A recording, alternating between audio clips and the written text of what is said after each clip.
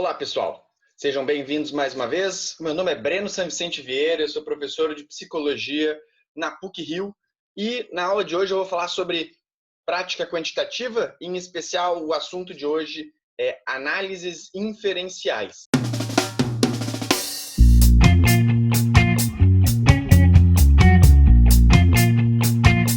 A ideia aqui hoje é tentar ajudar vocês a se organizarem e organizarem também os trabalhos de vocês, escolhendo qual o melhor teste estatístico para vocês testarem os resultados. Então, vamos lá. Análises inferenciais. O que é isso?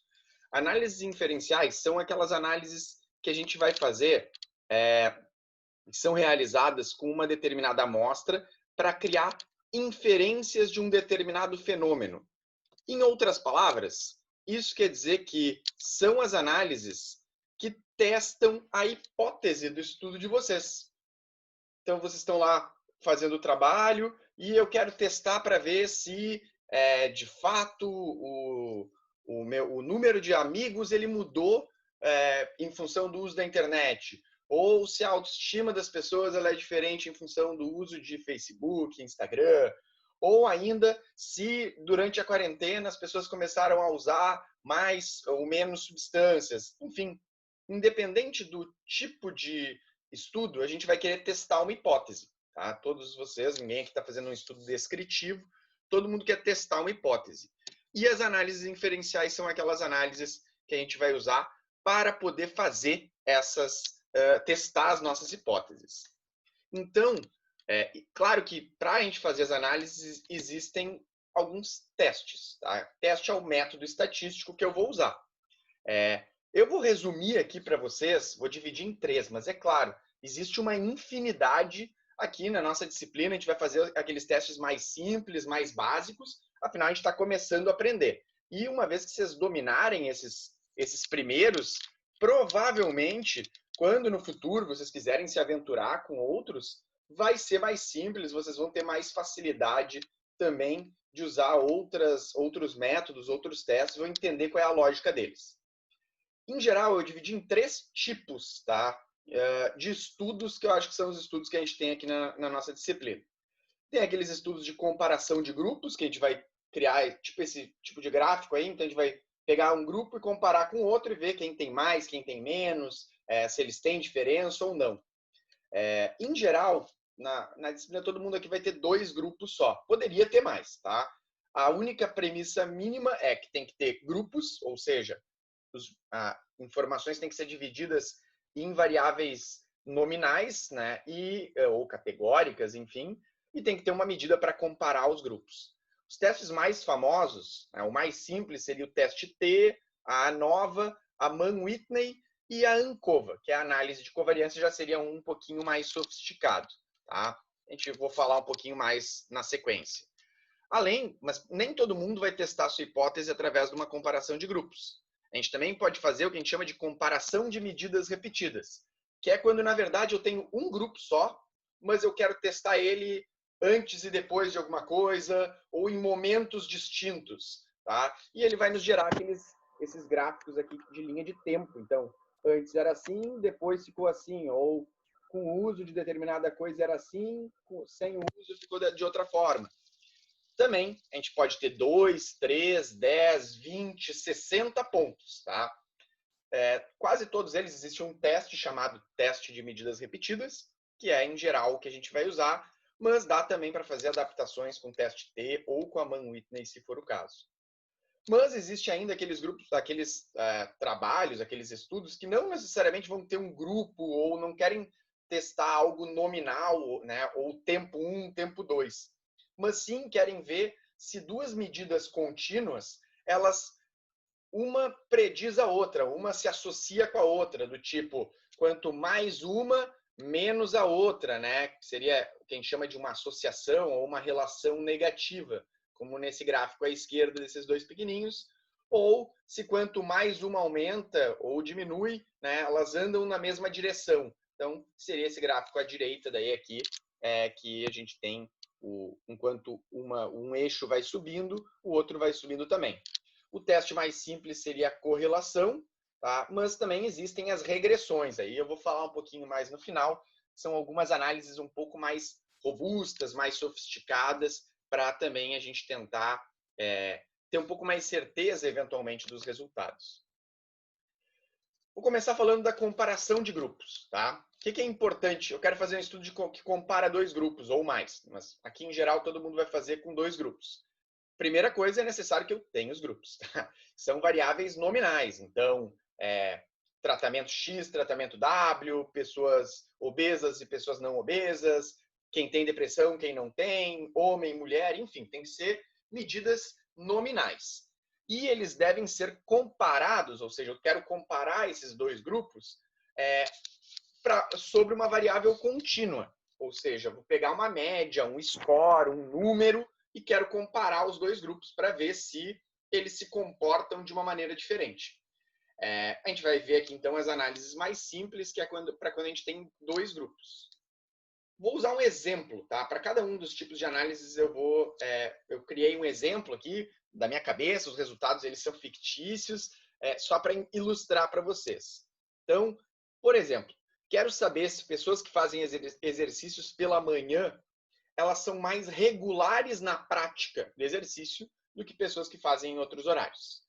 Então, eu seleciono pessoas aleatórias da população que fazem exercício em diferentes horários e pergunto uma série de coisas para avaliar a regularidade, ou seja, quantas vezes vocês fazem ou qual o desempenho, enfim, tem que ter uma medida para regularidade, né? Que aí é aquela parte que a gente discutiu bastante, que é importante da gente investigar e decidir na época do projeto, para que nós depois, quando vai testar as análises, testar as coisas, a gente tenha uma certeza um pouco maior se a gente achar algum resultado.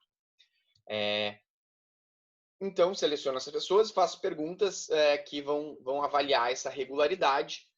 Por exemplo, quantas vezes faz ou se ocorre de pularem, né? Enfim. E depois eu vou poder comparar esses grupos. Então, eu tenho lá, nesse meu estudo aqui, eu peguei um grupo de pessoas que faziam exercício pela manhã e um grupo de pessoas que faziam exercício à noite.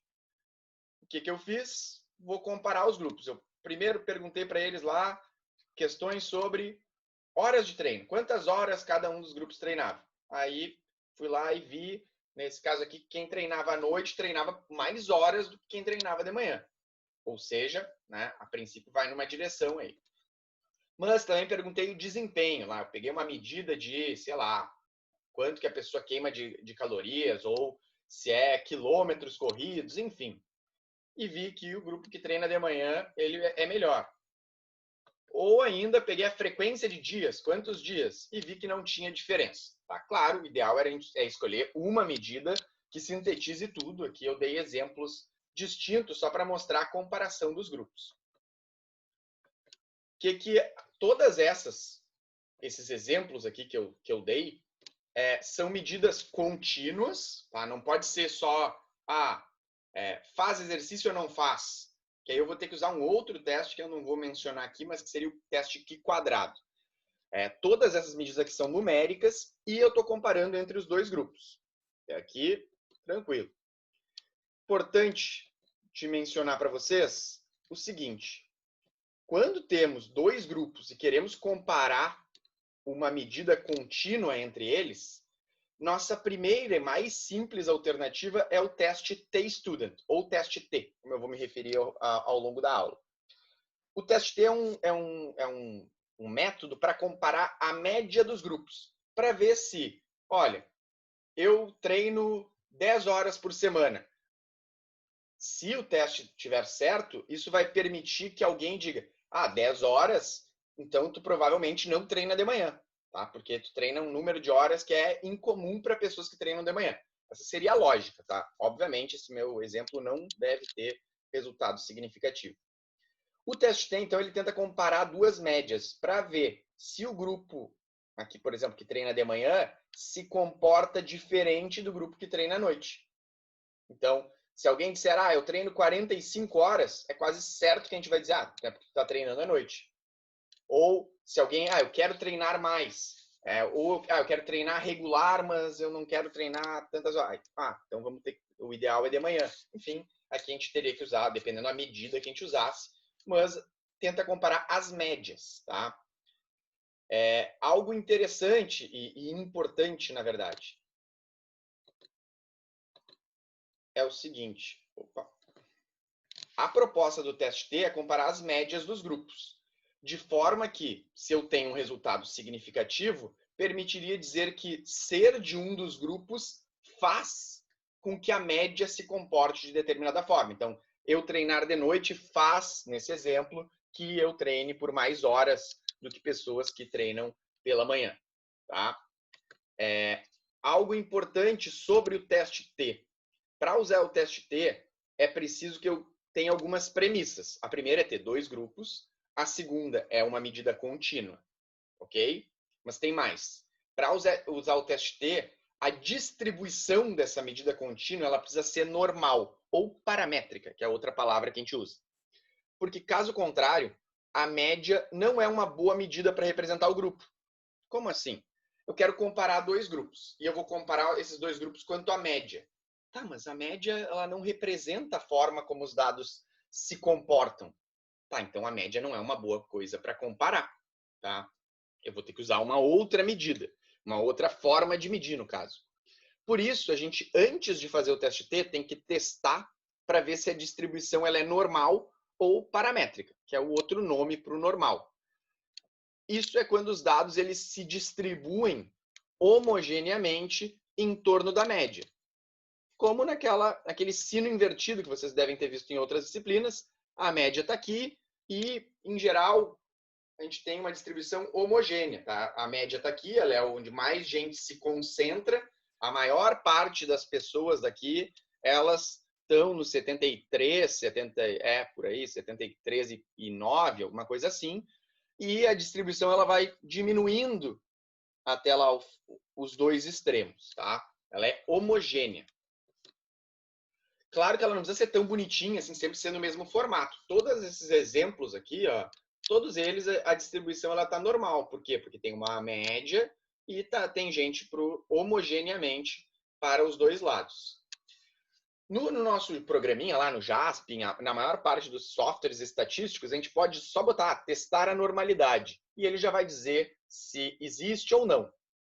Importante e que às vezes confunde a nossa cabeça. Se der significativo, é porque a distribuição ela é não normal. Como assim? O teste lá que o software faz, ele pega a nossa distribuição e ele compara ela com um modelo de normalidade. Se as distribuições elas são distintas, né, ou seja, são diferentes, ele vai dar que é significativo, ou seja, um P menor do que 0,05. Tá? Então, opa, o que aconteceu aqui comigo?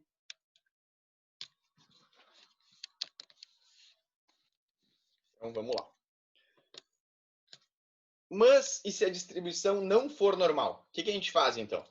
Se a distribuição não for normal, e aí o que é uma distribuição não normal? Esse exemplo aqui, que até é uma distribuição bonita, tá?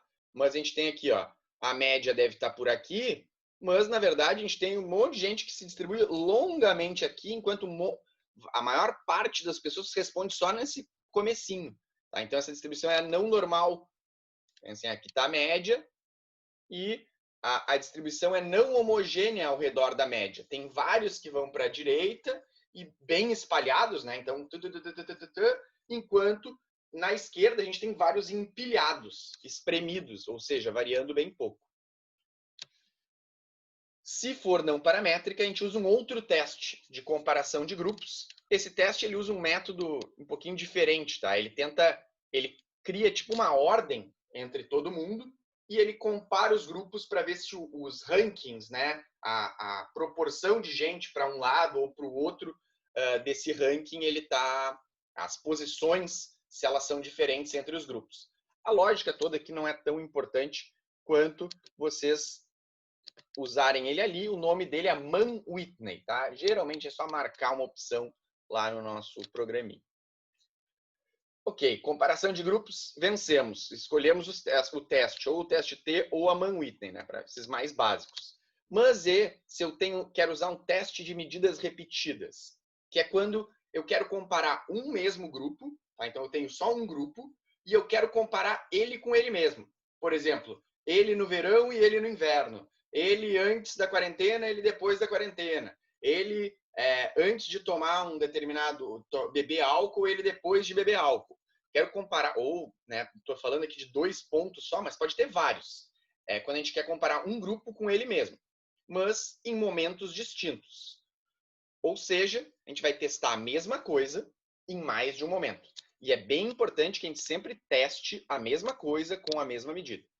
Então, dando um exemplo aqui também para vocês, para ilustrar, eu quero saber se pegar sol muda o humor das pessoas. Então, eu seleciono lá um grupo de pessoas e testo o humor delas em um dia no qual elas vão tomar sol mais tarde.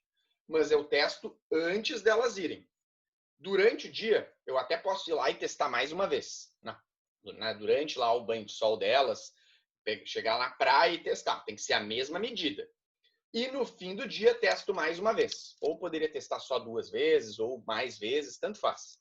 Depois, o que eu vou poder fazer? Eu vou poder comparar essas 3 medidas do humor das pessoas. Então, eu tenho aqui a minha amostra de participantes. Eu testo elas uma vez antes delas irem pegar sol. Depois, elas vão pegar sol e eu testo elas de novo. E no final do dia, depois que elas voltam para casa, testo elas uma terceira vez. Sempre o mesmo questionário. Depois eu posso comparar o humor delas antes, durante e depois. Aí eu vou fazer o seguinte, eu vou botar lá no eixo do meu gráficozinho a escala que eu usei, a medida que eu usei. Então aqui eu botei lá uma escala de depressão, uma Harris, por exemplo. Aí aqui eu vou botar os 3 pontos. Antes, e aí a pontuação que a pessoa, que o grupo lá, a pontuação média que o grupo tirou. Durante, aí a pontuação média que o grupo tirou durante. E depois. O teste ele vai nos dizer se existe diferença entre um ponto e outro e se essa diferença ela é significativa. Ou seja, tem um P menor do que 0,05. Que quer dizer que eu posso afirmar que existe uma diferença com uma margem de erro ali de no máximo 5%. Ele traça uma linha bonitinha, né, de série temporal aqui também.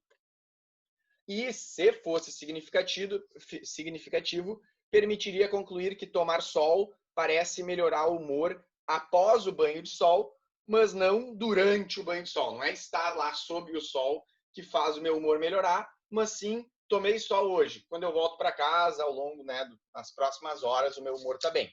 Caso isso fosse verdade, tivesse diferença significativa. E vamos ainda, né, vencido com teste de medidas repetidas, vamos a uma terceira forma de testar as nossas hipóteses. Se eu tenho medidas contínuas, né, então numéricas que vão crescendo ou diminuindo, enfim, e quero testar se uma influencia a outra, eu necessito usar também testes específicos. Então, de novo, mais um exemplozinho para vocês. Quero saber se o tempo de estudo, ou seja, as horas que alguém gasta estudando, interferem na nota dos alunos no final do semestre. Então, eu vou lá, recruto um grupo de alunos e solicito que ao longo do semestre eles cronometrem quantas horas eles estudam, né, em cada dia. E vou adicionando isso. No fim do semestre, eu pego a nota de cada um. Então, vou botar lá, participante 1. Horas estudadas, nota. E a nota também, ela vai lá do 0 até o 10. E avalio e aí a minha ideia é avaliar se quanto mais horas de estudo, melhor ou pior a nota deles. Então, eu tenho lá os meus participantes, eles registram as horas de estudo, pegamos a nota deles no final do semestre e vamos ver se uma coisa interfere na outra. Então, claro, por lógica, eu estou imaginando que as horas de estudo é que interferem na nota.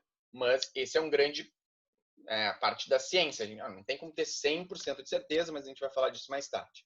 Então, eu boto num eixo a nota dos participantes e boto no outro as horas de estudo. Então, quem estudar 400 horas vai ficar mais lá para a direita, quem estudou 10 horas vai ficar mais para a esquerda, nota 10 lá em cima, e aí eu vou fazer ali onde, né, fazer eles baterem um no outro e vou criar uma distribuição. Então, esse cara aqui está bem lá à direita, tirou 10, provavelmente, e estudou várias horas. Esse aqui tirou uns 8, e também estudou mais horas até.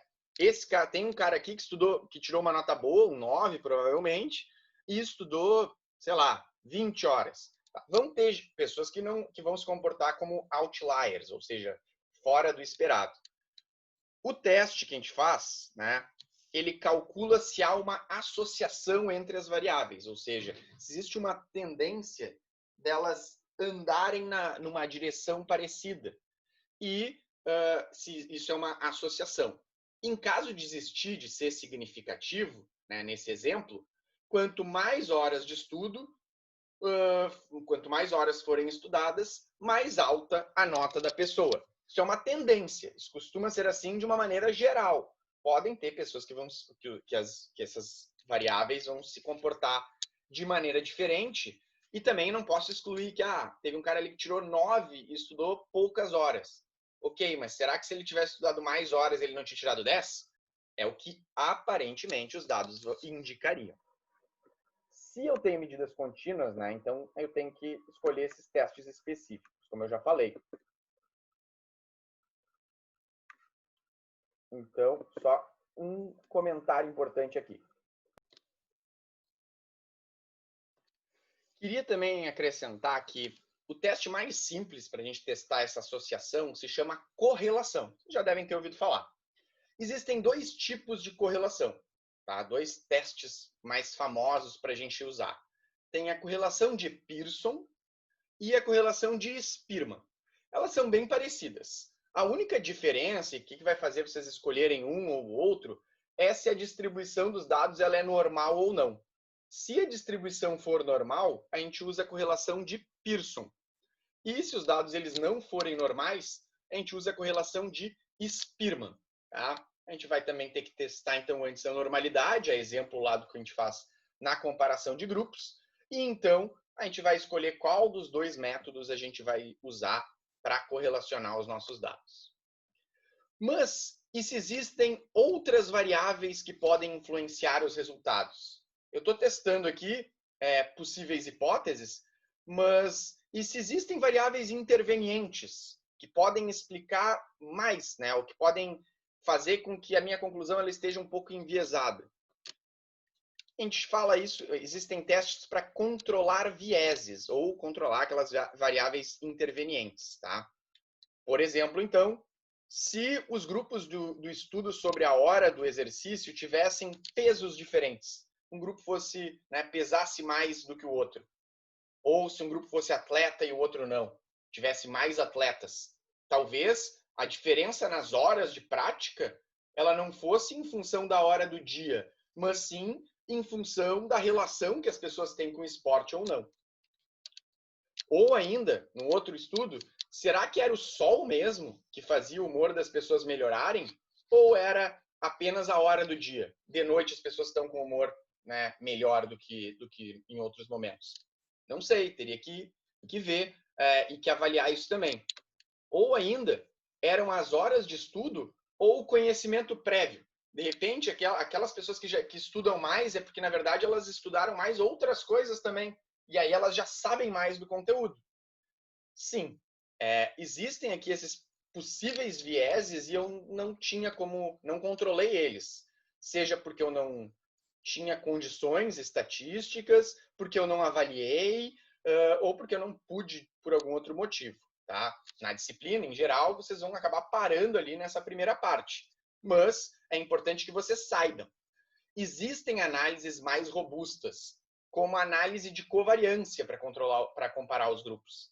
Essa análise ela compara os grupos naquela variável nossa de interesse, ou seja, horas de prática, né, de exercício, mas ela desconta outros efeitos. Ou seja, esses grupos aqui eles também são diferentes quanto à idade. Isso antes a gente tinha uma diferença assim, se desconta a idade já perde a significância, por exemplo. E a gente, claro, tem que sinalizar, a gente tem que adicionar. Quero incluir isso na minha análise de covariância. Já no outro estudo ali que era o das medidas repetidas, do efeito do Sol, dentro das próprias medidas repetidas, existe medida repetida intragrupo, quando é o mesmo grupo que eu estou comparando, e entre grupos. Eu podia ter um outro grupo de pessoas que naquele mesmo dia ficou em casa. e não foi para a praia, não pegou sol. E aí eu vou poder comparar os dois grupos para ver, é só à noite o humor delas fica melhor ou não. O grupo que foi tomar sol melhorou o seu humor de noite. E ainda um modelo de regressão das variáveis contínuas, né, de associação, incluiria diferentes variáveis. Eu poderia botar qual o teu CR, né, qual tua média de notas anteriores, e assim essa medida poderia descontar. A gente faria o que a gente chama de uma regressão, cria um modelo estatístico, e esse modelo vai dizer, as horas de estudo influenciaram X% na mudança da nota. As disciplinas anteriores influenciaram X%, ser homem, enfim, aí poderia incluir diferentes variáveis. Em geral, as análises mais sofisticadas dependem de mais rigor metodológico e de algumas premissas estatísticas adicionais. Vocês aqui, nas análises que eu imagino que vão ser a que a grande parte dos trabalhos vão se focar, que são essas que eu mencionei na aula até o momento, elas exigem ainda assim algumas premissas estatísticas. Tem que ter grupos, tem que ter a mesma medida, tem que ter, enfim. Mas pode ainda acontecer, quando eu quero usar outros testes mais sofisticados, eu preciso ter mais premissas ainda, tá? O que muitas vezes dificulta aí o uso desses outros testes mais sofisticados. A pesquisa quantitativa possui recursos para tentar assegurar melhor os efeitos, tá? Existem alternativas. A pesquisa quantitativa, um dos méritos dela e um dos motivos do porquê ela acaba sendo tão popular no meio científico é que ela permite a gente aprofundar muito e as conclusões elas são matemáticas, elas são numéricas. Existem métodos numéricos que permitem a gente aprofundar, mas, ao mesmo tempo, esses métodos exigem um trabalho mais meticuloso, mais cuidadoso. Um pesquisador ele sempre deve tentar usar os métodos mais confiáveis disponíveis, e, né, para poder se assegurar. Então, fiz lá o meu estudo das horas de grupos lá e minha conclusão é treinar pela manhã faz que tu treine menos horas em comparação a treinar de noite. Mas eu não posso dizer que isso... então se você quer treinar mais horas, treine à noite. Essa é uma conclusão relativamente perigosa, um pouco tendenciosa, se eu não considerar vários outros efeitos. Então, se eu pude testar os efeitos, ótimo, eu vou poder talvez concluir isso com um pouquinho mais de segurança. Mas se eu não pude, seja por dificuldade metodológica, desconhecimento, por falta de dados suficientes, enfim, o que eu posso fazer? Eu posso, na minha discussão, na parte das limitações, falar, olha, neste estudo, aparentemente, o treinar de manhã fez com que as pessoas treinassem menos horas. Entretanto, existem várias outras diferenças entre os grupos que também podem explicar esses resultados. Por exemplo, na literatura, se vê que pessoas que estão praticando exercício e são obesas, elas, em geral, gastam mais horas fazendo exercício. E o grupo de pessoas que treina à noite era, em geral, mais obeso. Além disso, a gente sabe que atletas, pessoas que competem, treinam mais horas. E, ao treinarem mais horas, elas acabam também sendo... a gente viu que no estudo, o grupo que treina de noite tinha uma maior proporção de atletas. Ou seja, essas variáveis podem potencialmente ter enviesado os dados. O cientista ele tem que mencionar isso como limitações para que no futuro possa ser resolvido. Então, para a gente se encaminhar para o fim, um resumão das análises inferenciais básicas para vocês escolherem qual a melhor para vocês. Análises inferenciais são aquelas que testam as nossas hipóteses para tentarmos concluir sobre um determinado fenômeno. Tá? São aquelas análises para testar o que eu quero saber, o que eu estava tentando testar, o meu objetivo. A escolha do teste depende da hipótese, dos métodos que foram utilizados, de algumas premissas estatísticas e da profundidade de controle que a gente quer ter. Então, começando pelos testes mais simples. Quando queremos comparar grupos, podemos escolher o teste T, né, que compara a média, ou a Mann-Whitney, que compara o ordenamento dos grupos. E a gente vai escolher um ou outro dependendo se é normal, teste T, se não é normal, a distribuição Mann-Whitney. Se queremos comparar um mesmo grupo, mas em momentos distintos, o teste de medidas repetidas é a melhor alternativa. E se a gente quer associar medidas contínuas, né? E eu quero saber, né, se uma aumenta enquanto a outra diminui, se elas possuem assim uma ligação uma com a outra, as melhores alternativas são as correlações de Pearson ou Spearman, né, que são os testes aí, versão paramétrica, normal, Pearson, não paramétrica, o Spearman. Importante também, os testes descritivos anteriores, aqueles que a gente fez antes das análises inferenciais, frequentemente nos revelam possíveis vieses, ou seja, olha, os meus grupos eles são diferentes quanto a isso, ou a minha amostra tem uma predominância de pessoas de tal característica. E essas variáveis intervenientes elas podem influenciar os resultados. E a nossa hipótese, o nosso teste inferencial, pode estar sendo impactado por isso. Quando possível, existem testes que podem nos ajudar a testar o efeito de cada variável e tentar controlar esses efeitos secundários de variáveis intervenientes, né, atrapalhadoras, confundidoras.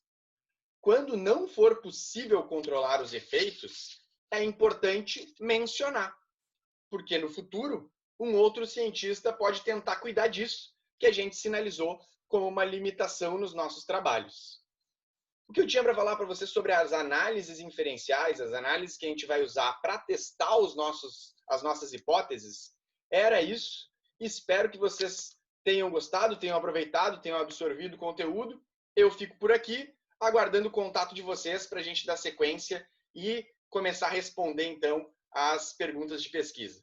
Tá legal, pessoal? Fiquem todos bem. Tchau, tchau.